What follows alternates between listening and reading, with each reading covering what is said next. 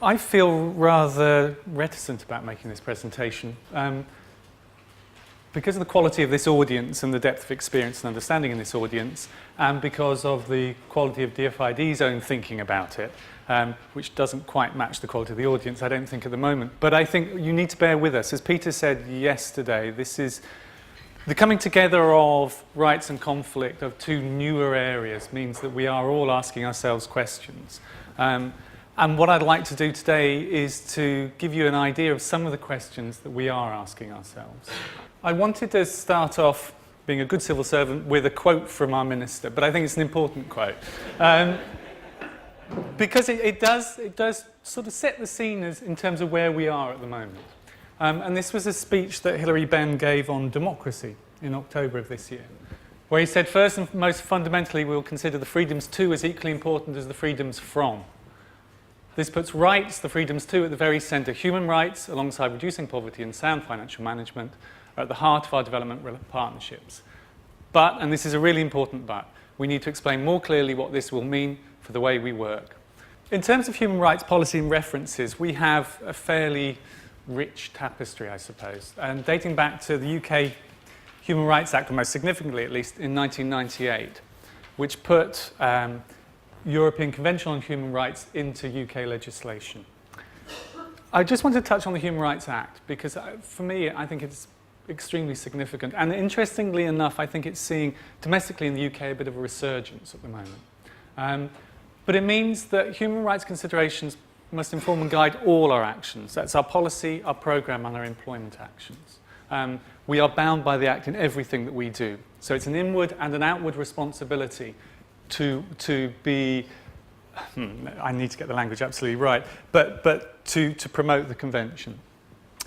Also recognition, and this was in the guidance note, that human rights are already part of our core values. As an organisation, human rights, protecting and promoting human rights is part of our core values and our existing policy commitments. That we should be taking a policy of do no harm where there are human rights concerns, or we think they are. We should be taking them into account.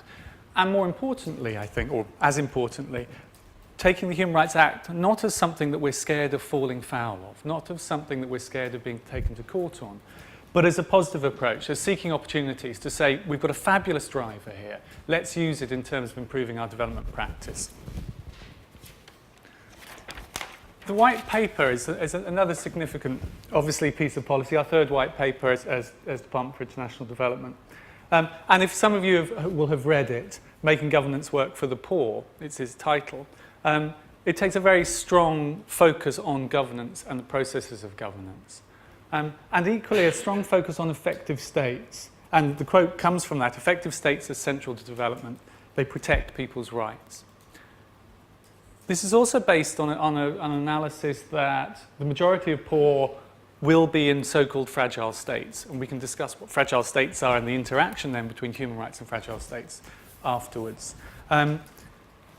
And that we're understanding rights and governance more broadly under these three headings within DFID, the so-called CARE framework, but capability, accountability and responsiveness. That those are the three aspects of governance that we will want to look at. And the white paper made a commitment to take forward these things called quality of governance assessments, now called country governance analysis, where we would gather in information on capability, on accountability and on responsiveness. And we would use those, including on the causes of conflict and insecurity, and use those to inform the choices we make about aid resources, thank you very much, and about the programs that we choose. I'll do a quick slide on understanding the conflict in DFID and where we are also. Some of you may or may not know there will be a new conflict policy launched from DFID or by DFID on March the 14th.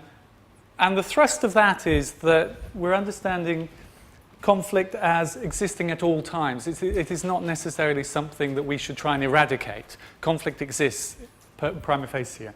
But the problem is a violent conflict, and therefore our aim is to consider how conflict is managed so that it doesn't arise in violence. That is then thinking about the formal, informal systems to do so. And rights-based mechanisms are key to this. And it means thinking much more structurally about equality and inclusion. I want to touch quickly on what's happening now. We're running a training course on human rights for all our staff. That's not been done before, but is responding to a need for people at programme level saying, we need to better understand what does human rights mean for us, including our conflict advisors. We've had conflict advisors coming in here. We're developing some practical guidance for assessing human rights at country level. That's feeding into this analysis, country governance analysis, so that our staff can have a better idea of the sorts of things they should be looking at, the sorts of discussions they should be having. So we can try and build up some sort of composite picture. The country governance analysis is underway. So Ethiopia is certainly coming through, Vietnam's just coming through. And these will be public documents, by the way, and publicly available. I just wanted to give you a flavour of some of the questions we're asking ourselves at the moment within DFID. We have the Human Rights Act, right? That binds us to promoting human rights in our internal and our external processes. But, you know, is that going to make us look like a different sort of organisation, talking differently? What does that mean in terms of our internal values?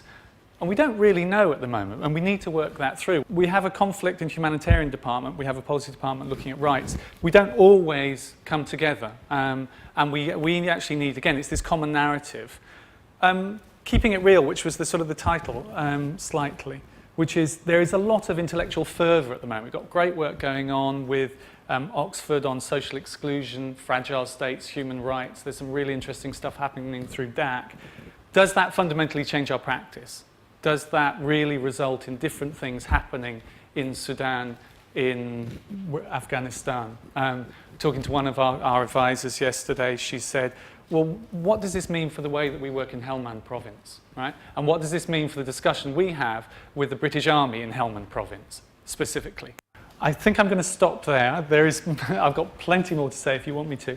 But I want to just give you a flavour of some of the questions we're asking ourselves. And I think the point is that we haven't got it right, and we're really grateful for any learning that comes. So thank you.